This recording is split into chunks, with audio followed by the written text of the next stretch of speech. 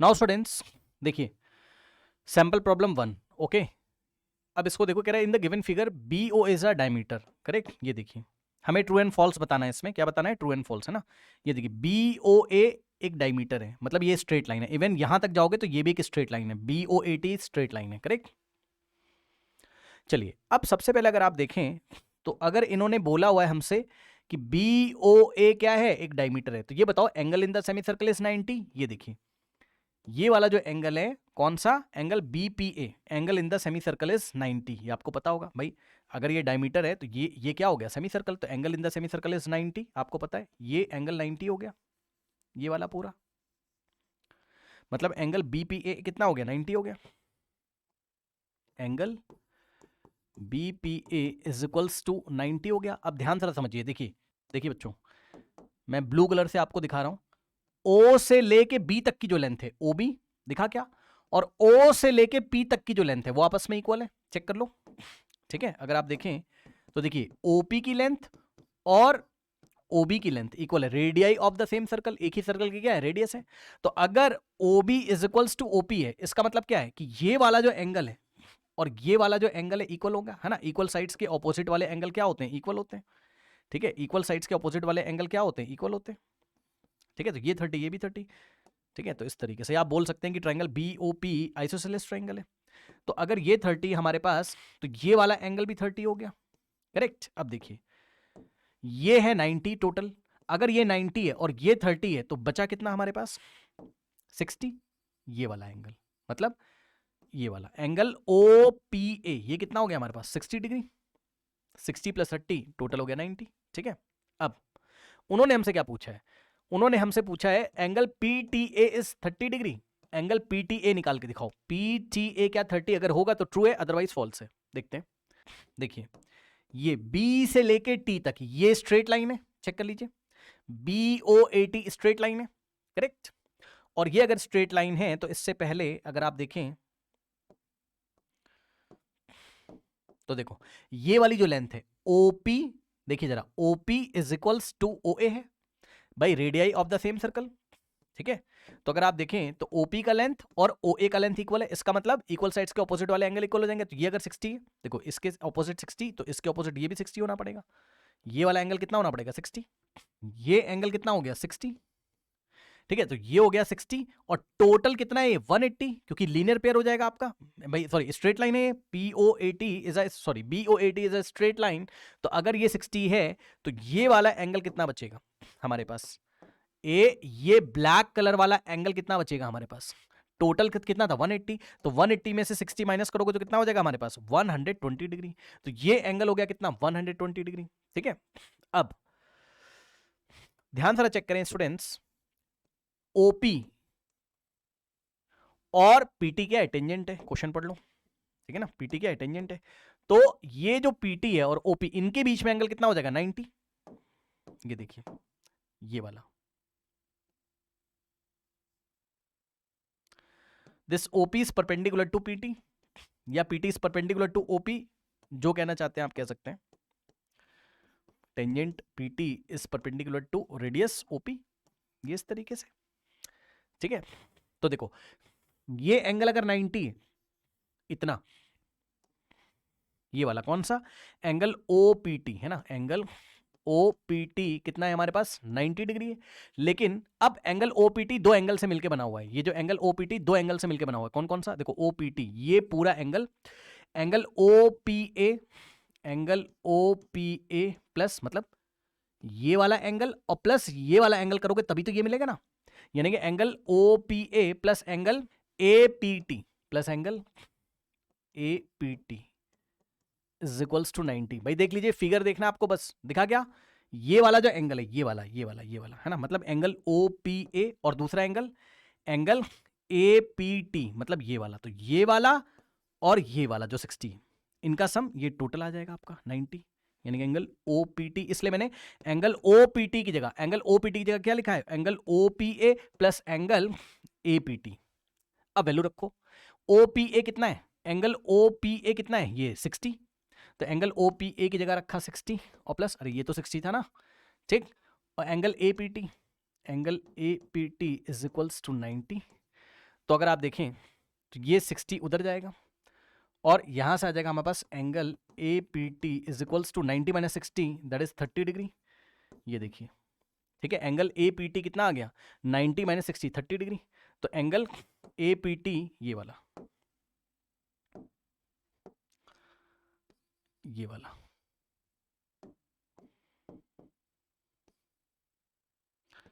ये आ गया 30 डिग्री। ठीक है, ये वाला, ये वाला, ये 30 आ गया। अब आप ये वाला ट्राइंगल पकड़ लीजिए।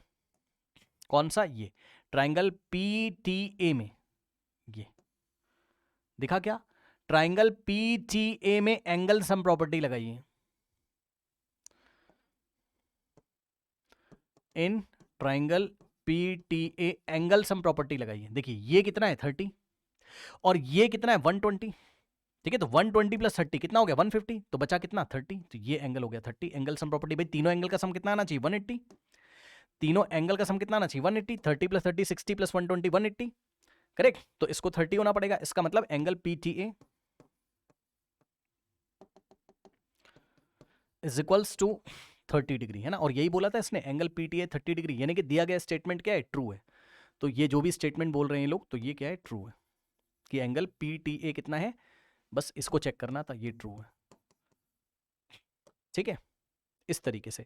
अब यहां तो ट्रू एंड फॉल्स में पूछा गया है, यही क्वेश्चन बोर्ड एग्जामिनेशन में कैसे आएगा? सेम क्वेश्चन में बोर्ड एग्जामिनेशन में सब कुछ सेम दिया रहेगा, बस आपसे बोलेगा find the value of angle PTA, find the value of angle PTA. तो इसी तरीके से आप 30 डिग्री निकाल के दिखाएंगे। ठीक है ना। चलिए चलते हैं हम लोग नेक्स्ट क्वेश्चन की तरफ। नाउ स्टूडेंट्स देखिए, एग्जाम्पलर की ये प्रॉब्लम है, ठीक है ना, इसमें भी आपको ट्रू एंड फॉल्स बताना है। अब देखो, आपको ये ऐसे ऐसे फिगर दिया है, सब कुछ आपको दिख ही रहा होगा, है ना। कह रहा पी क्यू एल, ये देखिए, ये दिखा क्या, पी क्यू एल जो है टेंजेंट है, और दूसरी टेंजेंट है पी आर एम। ये देखिए, ये पी आर एम टेंजेंट है, तो ये दोनों टेंजेंट पी पे मीट कर रही हैं, है ना। ठीक है, और सेंटर सर्कल का ओ, करेक्ट। और उसके बाद टेंजेंट क्यू पे और आर से पास होती है, तो ये वाली टेंजेंट क्यू से पास होती है, क्यू पॉइंट ऑफ कॉन्टेक्ट है, और यहां पे आर पॉइंट ऑफ कॉन्टेक्ट है। ठीक है, उसके बाद कह रहा है एंगल एस क्यू एल। तो देखिए angle S Q L 50 degree है, और angle S R M, angle S R M कितना हमारे पास 60 डिग्री है। सही है। उसने बोला कि angle Q S R is equal to, true and false बताना है, वो हमसे पूछ रहा है ये बताओ कि angle Q S R is equal to 40 degree है कि नहीं, ये हमें बताना है। और सुनो, ये भी पूछ सकता था एग्जाम में सेम क्वेश्चन कि value of angle Q S R बताओ, value of angle Q S R बताओ। तो निकाल लेते हैं, देख लेते हैं। देखो कैसे करोगे, बहुत आसान है, कुछ नहीं करना है। देखिए, अच्छा इसमें ध्यान आपको ये रखना है स्टूडेंट्स, ठीक है ना। वैसे तो ये वाला फिगर ऐसे दिया रहेगा, बट इसी फिगर मतलब इसी क्वेश्चन की लैंग्वेज चेंज कर सकता है कि there are two tangents L P L Q P at point Q and M R P at the point of contact R meets at P. ठीक है, इस तरीके से आपको एग्जाम में बोलेगा। ठीक है, फिर बोलेगा on the other side of the meeting point of the tangent, मतलब जिधर टेंजेंट मीट कर रही है उसके दूसरे साइड हमने एक पॉइंट एस लिया हुआ है। ऐसे बोलेगा, फिगर बना लोगे, समझ रहे हो बात को मैं क्या कह रहा हूं। ये क्वेश्चन डिफिकल्ट तब हो जाएगा बोर्ड एग्जामिनेशन में जब इसकी लैंग्वेज चेंज कर देगा।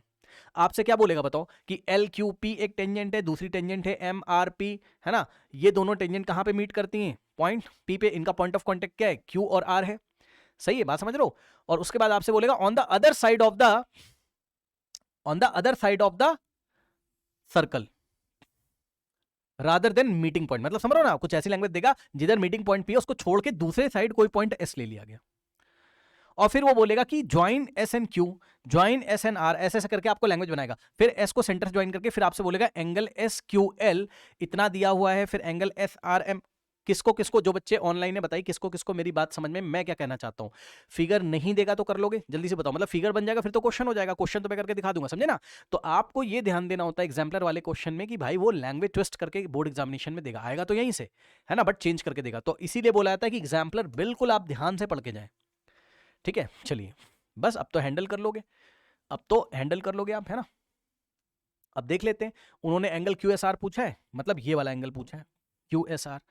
एक सेकंड भाई, क्यू एस, ये पूरा एंगल पूछा है, इसका मतलब आप ये वाला एंगल निकाल लीजिए पहले। कौन सा एंगल, क्यू, देखो एंगल क्यू एस आर अगर आपको चाहिए तो एंगल क्यू एस ओ निकाल लो, मतलब ये वाला Q S O, angle Q S O निकाल लीजिए। और ये वाला एंगल निकाल लीजिए, ये वाला एंगल क्या है, एंगल RSO निकाल लीजिए, है ना, और दोनों को ऐड कर दीजिए, एंगल RSO, तो एंगल QSR आ जाएगा आपका। चलो निकालते हैं, बहुत आसान है। देखो सबसे पहले आप क्या करोगे, ये देखो, देखो ये एंगल क्या है 50, तो ये कितना बचेगा 40, क्यों,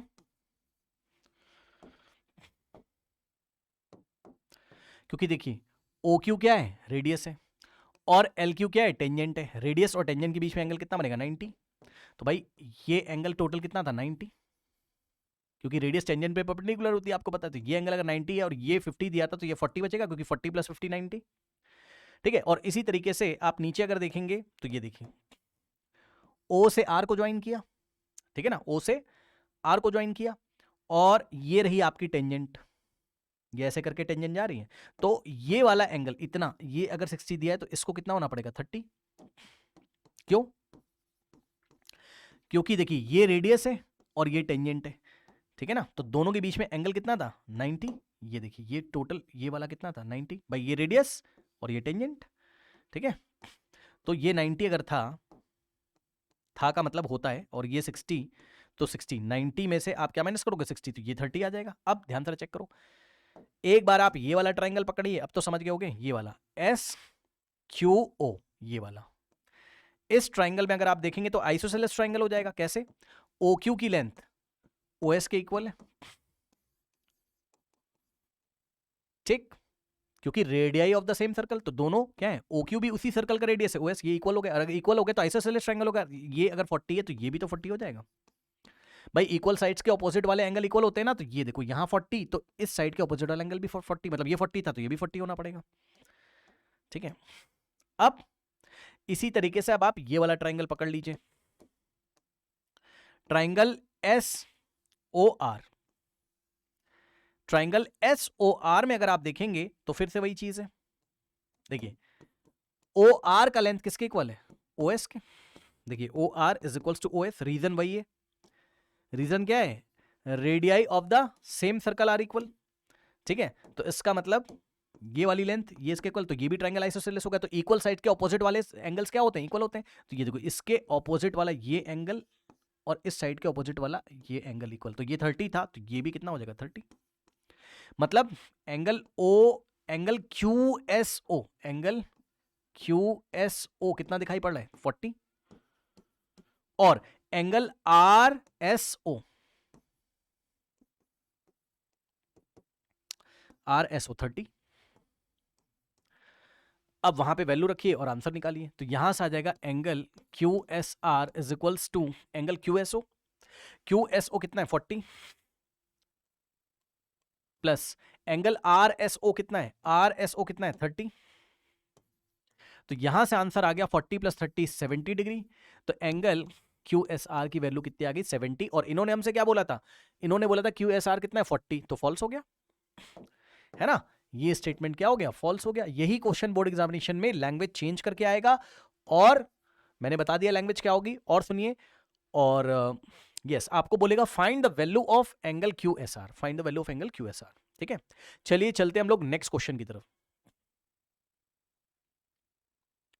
नाउ स्टूडेंट्स इस क्वेश्चन को देखते हैं। देखिए इस क्वेश्चन में लैंग्वेज है, कह रहा है if the chord AB subtend an angle of 60 degree at the centre of circle, है ना।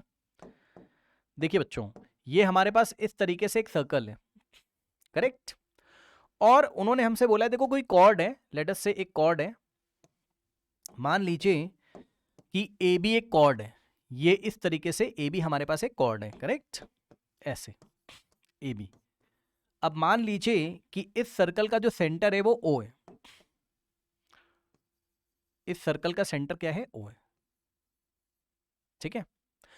इस कॉर्ड ने सेंटर पे कितना एंगल बनाया है 60 डिग्री, पढ़िए the chord AB subtend an angle of 60 degree at the centre, है ना। इस तरीके से देखिए अगर A को O से ज्वाइन करोगे और B को O से ज्वाइन करोगे, तो ये वाला जो एंगल है ये हमारे पास कितना है 60 डिग्री है। जल्दी से कोई बच्चा ये बता दो, इसी फिगर को मैं कॉपी करके आपको दिखा देता हूं, जल्दी से कोई बच्चा ये बता दो, देखते कौन बताएगा, जल्दी से बताओ कि ये वाला एंगल अगर मैं आपसे पूछूंगा अभी तो कितना बताओगे, जल्दी से बताओ।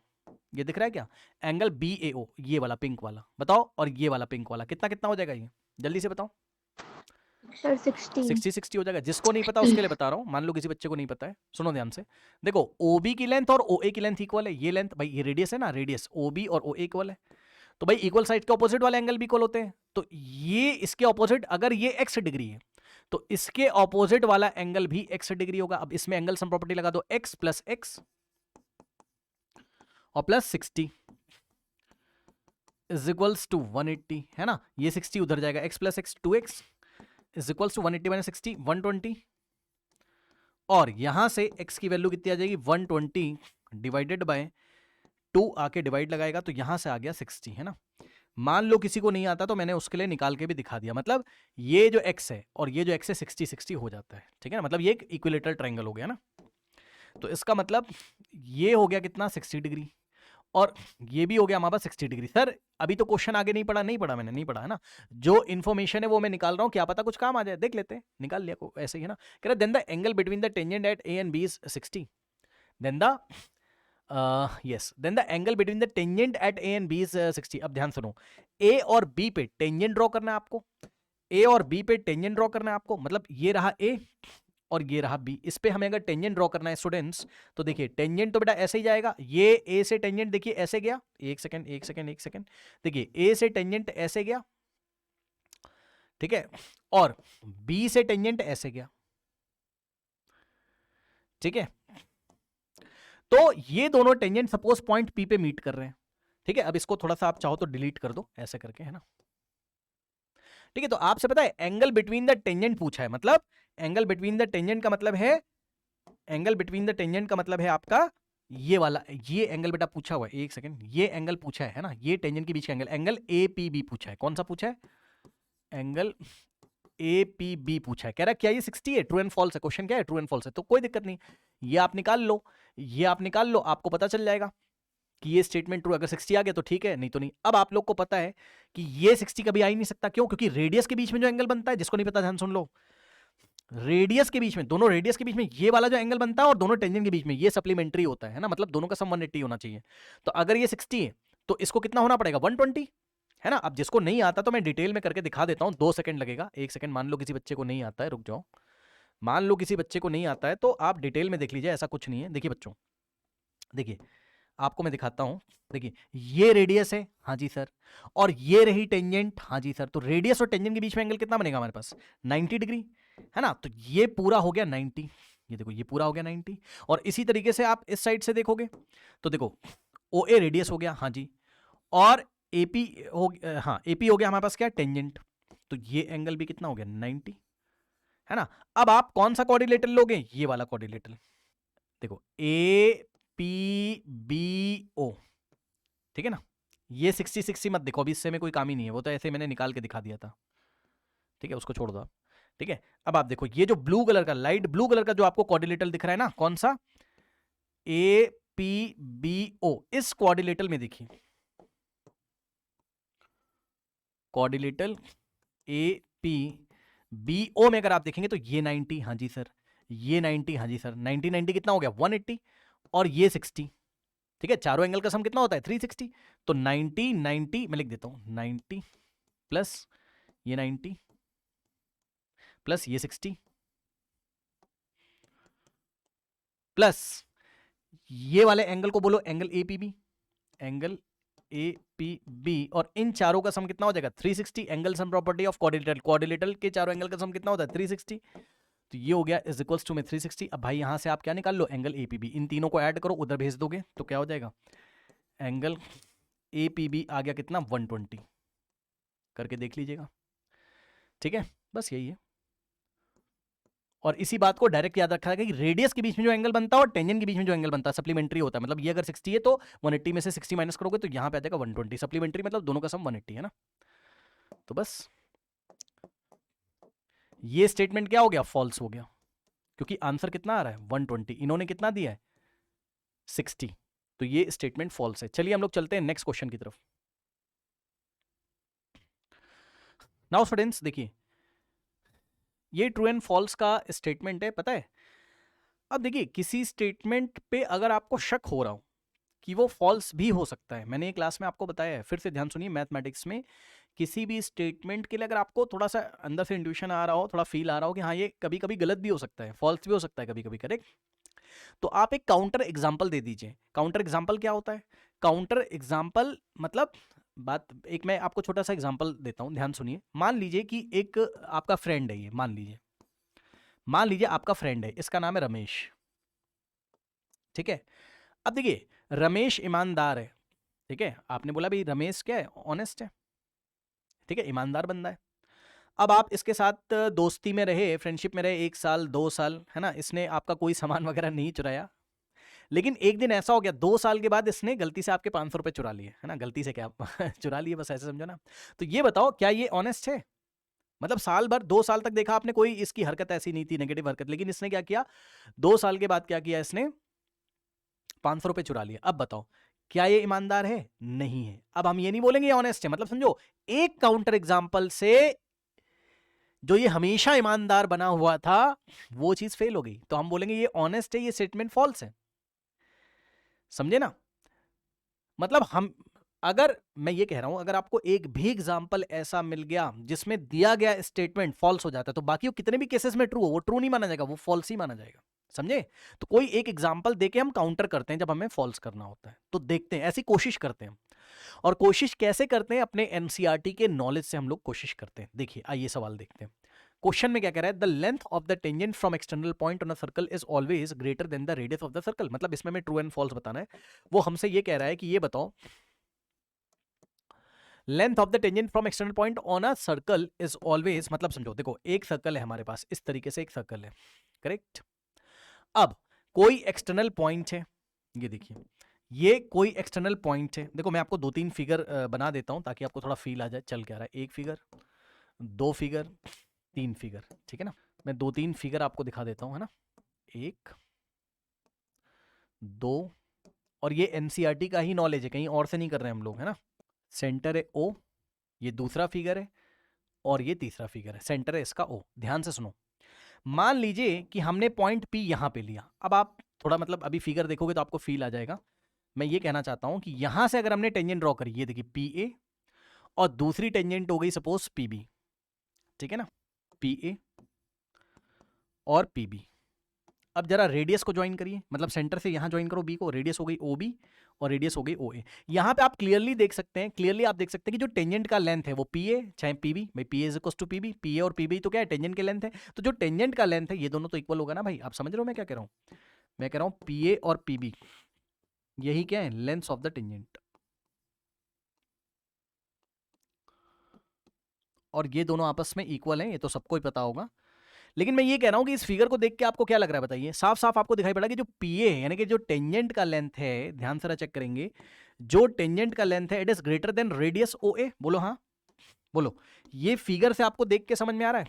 जल्दी से बताइए स्टूडेंट्स, सभी बच्चे बताएं, फिगर से देख के आपको ये फील आ रहा है कि टेंजेंट का लेंथ रेडियस से बड़ा है? बताइए, आ रहा है फील? ठीक है, तो उसने हमसे यही बोला है, हमसे कह रहा है क्या ऐसा हमेशा होता है, बताओ क्या ऐसा हमेशा होता है? उसने बोला the length of the tangent drawn from external point, मतलब ये जो लेंथ ऑफ द टेंजेंट है क्या ये रेडियस से हमेशा बड़ा होता है? क्या ऐसा हमेशा होता है? आपके मन में क्या आ रहा है बताओ? क्या ऐसा एनसीईआरटी का कोई एग्जाम्पल आपने पढ़ा हो? क्या ऐसा हमेशा होता है? बताइए, नहीं, ऐसा हमेशा नहीं होता है। अब मैं, अब बच्चे बोलेंगे हम एग्जाम में कैसे करेंगे, हम बोर्ड एग्जामिनेशन में कैसे करेंगे, मान लो यही क्वेश्चन आ गया, ठीक है, तो हम ऐसे करेंगे। पहली बात तो ये फॉल्स है, हमेशा ऐसा नहीं होता है।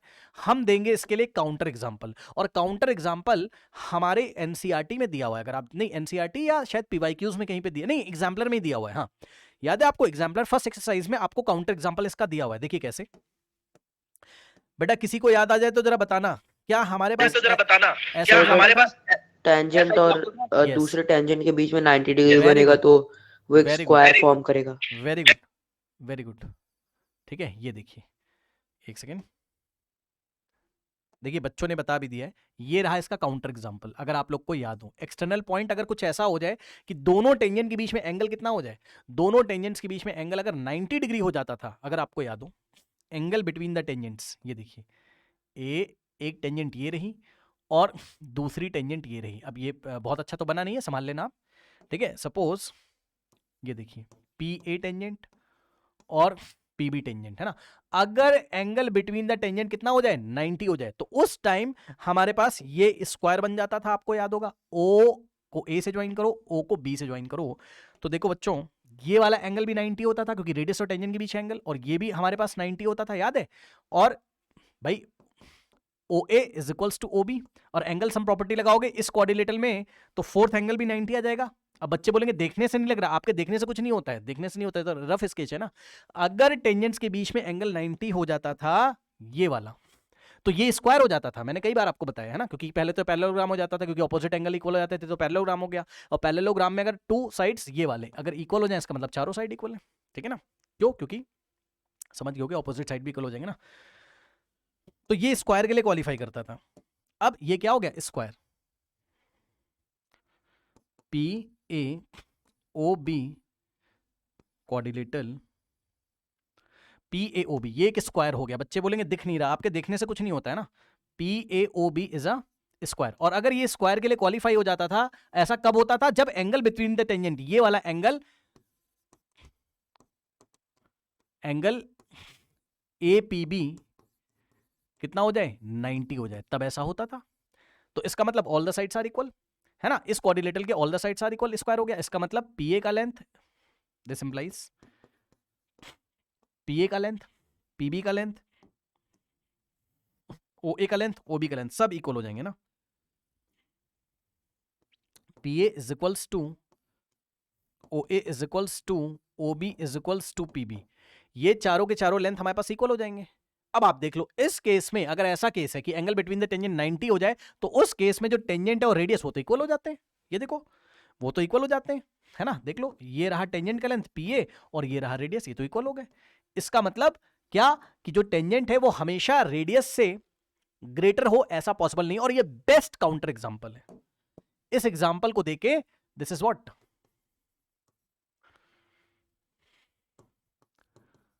काउंटर एग्जांपल, कि कभी कभी ऐसा भी हो सकता है। ये तो फील कराया मैंने आपको, ये तो फील कराया, एक और फील अभी करा दूंगा, ये वाला भी फील हो सकता है, देख लो जल्दी से। भाई ऐसा भी तो हो सकता है कि P यहां कहीं आ जाए, बहुत पास आ जाए सर्कल के P, ऐसे। तो इस केस में क्या होगा, PA और PB, आप चाहो तो ये तीनों डायग्राम भी आप एग्जाम में बना सकते हो, ऐसा कुछ नहीं है ना। वेरिफिकेशन मतलब अपना दिखाने के लिए जो भी है, मार्क्स इसमें मिल जाएंगे आपको। OA और OB। अब आप क्लियरली यहां से देख सकते हो कि जो PA का लेंथ है वो रेडियस OA से छोटा है, और इस केस में जो हमारा टेंजेंट का लेंथ है रेडियस से बड़ा है, और इस केस में रेडियस टेंजेंट के इक्वल है। तो हमेशा टेंजेंट रेडियस से ग्रेटर हो ऐसा नहीं होता, ये भी हो सकता है, ये भी हो सकता है, और ये भी हो सकता है ना। बट हमारे पास बेस्ट इसको काउंटर करने के लिए ये वाला बेस्ट एग्जांपल है ना, बात समझ रहे हो। तो दिस स्टेटमेंट इज फॉल्स, हमेशा ऐसा नहीं होता है। मेरे ख्याल से आप लोग सेटिस्फाइड हैं, और एग्जाम में इससे आप काउंटर कर सकते हैं। चलिए चलते हैं हम लोग नेक्स्ट क्वेश्चन की तरफ।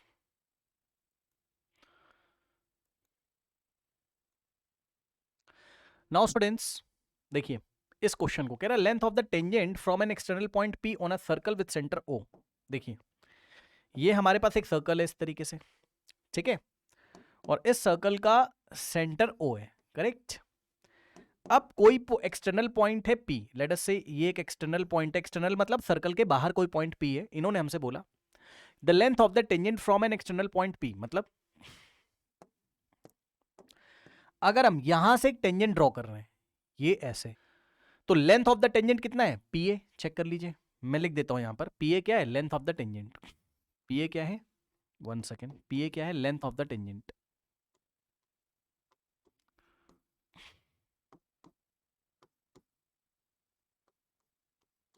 उसने हमसे बोला ये जो length of the tangent PA है ना, is always less than OP। क्या ये हमेशा OP से लेस होता है, 1 सेकेंड,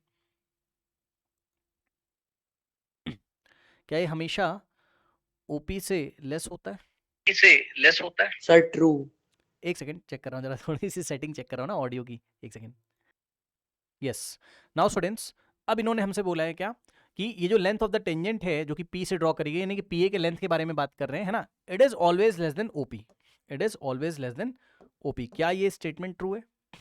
OP क्या है, O से P को ज्वाइन कर दिया, ठीक, अब हमें ये चेक करना है, ध्यान सुनो, कि ये जो पीए का लेंथ है हमें चेक करना है। अभी मैं ऐसा कुछ कह नहीं रहा हूं, अभी हमें चेक करना है कि भाई जो पीए का लेंथ है, लेंथ ऑफ द टेंजेंट, क्या ये ओपी से लेस है, क्या ऐसा है, ये हमें चेक करना है। अभी चेक करेंगे, है ना। तो इसके लिए आप क्या करें, कंस्ट्रक्शन कर लीजिए, ओ को ए से ज्वाइन कर लीजिए, ठीक है ना। तो अब आपको पता है कि भाई ओ ए क्या है, रेडियस पी ए क्या है, टेंजेंट, तो ये एंगल हो गया, यानी कि एंगल पी ए ओ कितना हो गया, 90 डिग्री। ये एंगल 90 हो गया रेडियस और टेंजेंट के बीच में, है ना। अब स्टूडेंट्स आपको पता होगा कि राइट एंगल ट्रायंगल में सबसे बड़ा साइड कौन सा होता है। इसी फिगर को मैं कॉपी कर लेता हूं, जल्दी से बताइए। राइट एंगल ट्रायंगल में यस, हाइपोटेन्यूस, है ना। राइट एंगल ट्रायंगल में सबसे बड़ा साइड कौन सा होता है, हाइपोटेन्यूस, है ना। तो अगर आप देखेंगे तो देखिए, तो देखो ये हमारे पास राइट एंगल ट्रायंगल है, ट्रायंगल पी ए ओ। तो इसमें सबसे बड़ा वाला साइड कौन सा होगा, 90 के ऑपोजिट वाला। इस ट्रायंगल में, कौन से ट्रायंगल में, पी ए ओ में 90 के ऑपोजिट वाला ही तो हाइपो होता है। इसका मतलब ओपी सबसे बड़ा होगा, है ना। मतलब जो ओपी होगा वो हम कौन से ट्रायंगल में चेक कर ले, मैं लिख देता हूं पहले, है ना। इन ट्रायंगल पी ए ओ में अगर आप चेक करेंगे, ठीक है ना, तो 90 के ऑपोजिट वाला जो ओपी है यही तो हाइपो है, और हाइपो तो सब हाइपोटेनस सबसे बड़ा होता है, यानी कि ओपी जो है वो ओ ए से भी ग्रेटर होगा, और ओपी का जो लेंथ है वो पी ए से भी ग्रेटर होगा,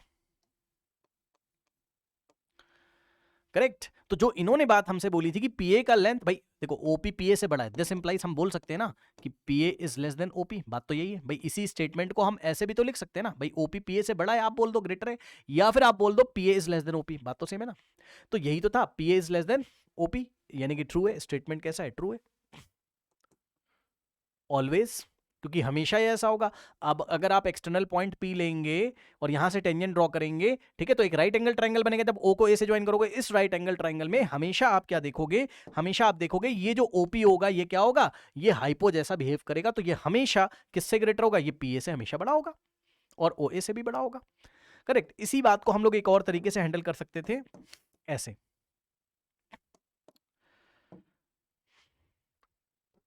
ओपी इज द, इस ट्रायंगल में पीएओ में OP is the largest side, OP is the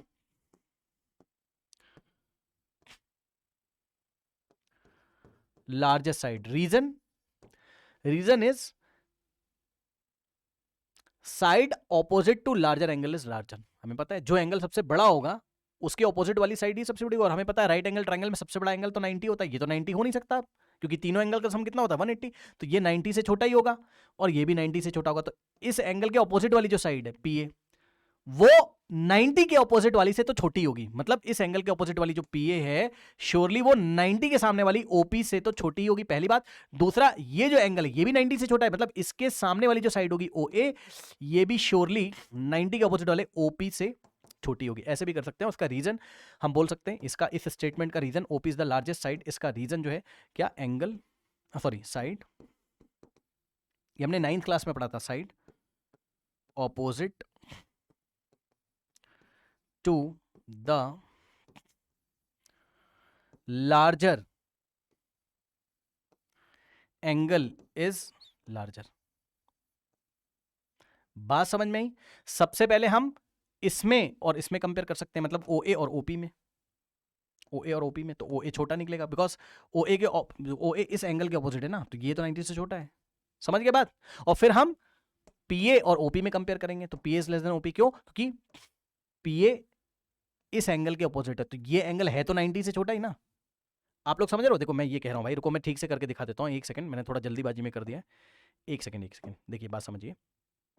पहले आप इसको पकड़ लीजिए, ये आपने क्यों लिखा, ये आपने इसलिए लिखा बिकॉज ओ ए के ऑपोजिट वाला एंगल देखना जरा, एंगल ए पी ओ है, देखो जरा, एंगल ए पी ओ जो है भाई वो छोटा है किससे, ओपी किसके ऑपोजिट वाले एंगल से, ओपी के ऑपोजिट एंगल कौन सा है, एंगल पी ए ओ। पहले ये बात लिख सकते हो आप, देख लो आराम से भाई, अगर एंगल ए पी ओ, अगर मैं अच्छे से, रुक जाओ भाई बना देता हूं एक सेकंड, देखो एंगल APO आपने बोला कि 90 से छोटा है, मतलब angle APO is less than angle PO, angle APO is less than angle PO। हाँ, तो अब जो एंगल बड़ा होगा उसके ऑपोजिट वाली साइड भी बड़ी होगी, तो एंगल PAO अगर बड़ा है, देखो PAO अगर लार्जर है तो PAO के सामने वाली साइड कौन सी है? OP। तो एंगल POA की जगह हमने क्या लिखा?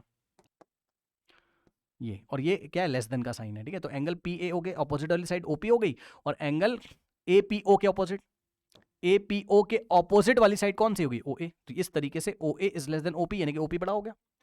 अब आप इन दोनों को देख लो, इन दोनों को, इसके लिए PA कहां गया?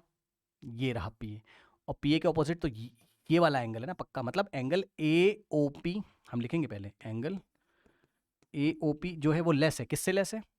एंगल PAO से लेस है, ठीक।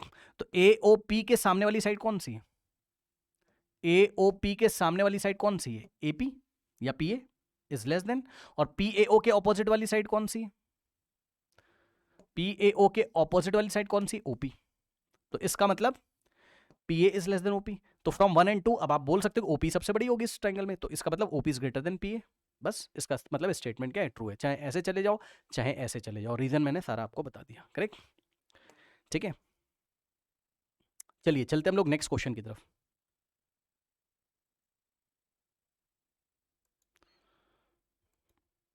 Now students,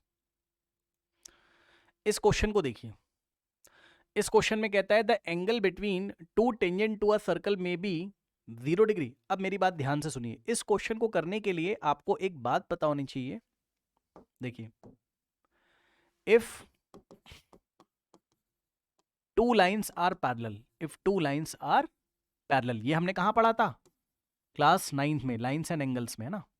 if two lines are parallel then angle between the lines, then angle between the lines is 0 degree. ये आपको पता है, मैं आपको थोड़ा फील करा देता हूं। ये देखो, मान लीजिए एक लाइन इस तरीके से, और दूसरी लाइन आपके पास इस तरीके से, ठीक है ना। तो अभी तो दोनों लाइंस के बीच में कुछ ना कुछ एंगल बन रहा है। ये देखो, ये जो एंगल, मान लो ये ग्रीन वाली लाइन है, लाइन L, और ब्लू वाली लाइन P, तो L और P के बीच में कुछ ना कुछ बना होगा, लेट अस से कुछ भी है, लेट अस से 62 डिग्री, है ना। लेकिन अगर ये दोनों लाइन आपको पैरेलल दिखाई पड़ रही हैं, मान लो उन्होंने बोल दिया है कुछ ऐसा, ये देखिए, मान लीजिए किसी ने आपसे बोला है कि lines are parallel,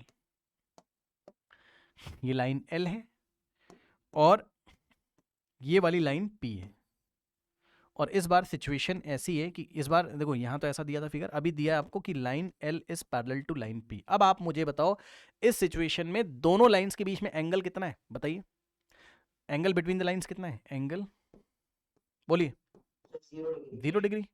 angle between the lines is consider to be 0 degree, ऐसा होता है। अब सवाल पढ़ लो, उसने हमसे ये बोला है कि the angle between the two tangents to a circle may be 0। May be मतलब क्या कभी ऐसा हो सकता है? वो पूछ रहा है, हो हमेशा नहीं बोल रहा, कह रहा क्या ऐसा कभी हो सकता है? हमने कहा क्या? कह रहा है कि दो टेंजेंट के बीच में एंगल कभी 0 हो सकता है। अब आप लोग बताओ, हो सकता है कि नहीं? बताइए, हो सकता है कि नहीं? बिल्कुल हो सकता है। कैसे भाई? अब आप देखो ना, अगर ऐसी सिचुएशन कुछ हो जाए, रुक जाओ एक मिनट, हाँ हाँ, ये देखिए, देखिए बिल्कुल सही बच्चे ने एक बताया है कि अगर सर सिचुएशन ऐसी हो जाए, सर कैसी?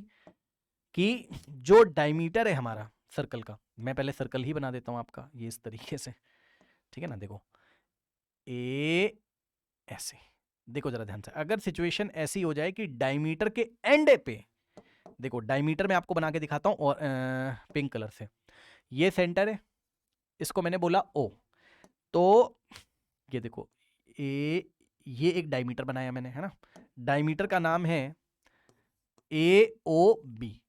तो डायमीटर है AOB, ये AOB क्या है? डायमीटर है। तो डायमीटर के एंड पॉइंट कौन कौन से? A और B। तो जब डायमीटर के एंड पॉइंट से टेंजेंट्स जाते हैं, ये देखिए डायमीटर के एंड पॉइंट A और B है ना, तो यहां A से जब टेंजेंट पास कर जाए और डायमीटर के दूसरे एंड बी से जब टेंजेंट पास कर जाए तो उस टाइम ये दोनों टेंजेंट क्या होती हैं आपस में पैरेलल। क्यों होती हैं आप चेक कर लो, इसलिए होती हैं बिकॉज ये एंगल 90 हो जाएगा, क्योंकि ओ ए और भाई ओ ए रेडियस है, रेडियस टेंजेंट पे परपेंडिकुलर होता है, तो ये 90 और इधर से ये भी 90।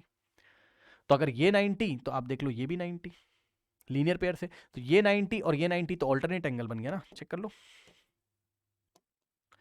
ये एंगल और ये अगर 90 90 तो ऑल्टरनेट हो गया, ऑल्टरनेट एंगल इक्वल आ रहे हैं, इसका मतलब दिस इंप्लाइज हम बोल सकते हैं क्या, line L is parallel to M, sorry L is parallel to P. ठीक है, तो इस सिचुएशन में दोनों टेंजेंट पैरेलल हैं, दोनों के बीच में एंगल कितना है 0। ठीक है, समझ गए बात। रीजन जिसको लिखना हो लिख लो, if the tangents are drawn at the end point of the diameter, diameter के एंड पॉइंट ए और बी से अगर जब टेंजेंट जाते हैं तो उस टाइम सिनेरियो ऐसा होता है 90 90 ऑल्टरनेट, और इसका मतलब L is parallel to P, तो दोनों टेंजेंट क्या हो जाते हैं पैरेलल। उस टाइम दोनों टेंजेंट जब पैरेलल हो जाते हैं तो दोनों के बीच में एंगल कितना होता है 0। So this statement is true, correct.